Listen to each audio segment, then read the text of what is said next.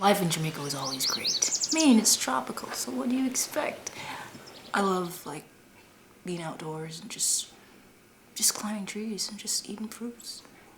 My family is they do mostly farming, so I grew up in the farming, so that's what I wanted to do, but I want to be more advanced. My instructor told me about the farmer program in Canada. I was inspired.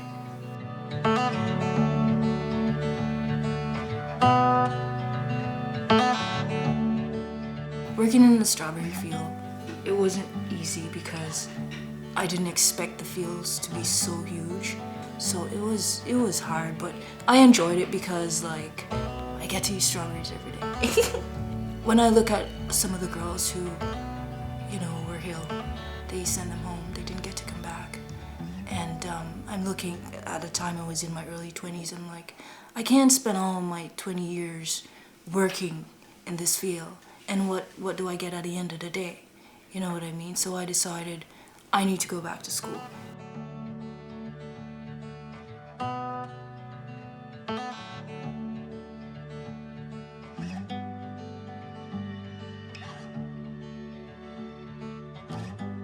Well, when I first met Karisha, I was thinking she's going to keep me on my toes. She asked very thoughtful questions, and you could just tell by the way she carried herself that she was very serious about her education. I knew I was going to get through because they gave me that positive vibe, and they were so willing to help. I was surprised because growing up in Jamaica, you don't get really that much of assistance. You got to push and help yourself. But going to NSC, I find that they were really interested. I could feel that my body wasn't really doing what I want, but even though I still go to the gym, I still do my 4K runs. A couple of days after that, I find my belly would start to swollen, and then I'm this is not normal. I knew that she wasn't well because I tend to check in on folks, and you could tell that there was something just not quite registering as it related to her, because usually the positivity exudes from every pore of her being. I went into Emerge, and then they do a lot of scans and all of that, and then that's when they decided I have cancer.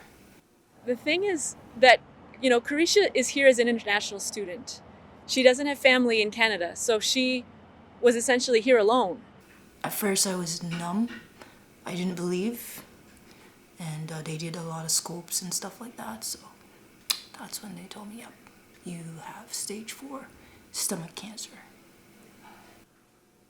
I was at the prime. I was getting things done. I just passed my COPAT, the physical aspect of the police officer test and all that. So I was feeling really good, even though my belly was swollen when I did the test, but I ran it and I passed it within 3 minutes, 4 seconds. I remember the day. It was May the 18th, 2018, when we got a call from Karisha's oncologist. I was in the car with her mother at the time, and her oncologist said, look, there's nothing that can be done. This is stage 4. It doesn't make sense to proceed with treatment. Treat every day as a gift. That was probably one of the roughest things that I had to do with that class this year, is when I had to go and tell them that she was so sick.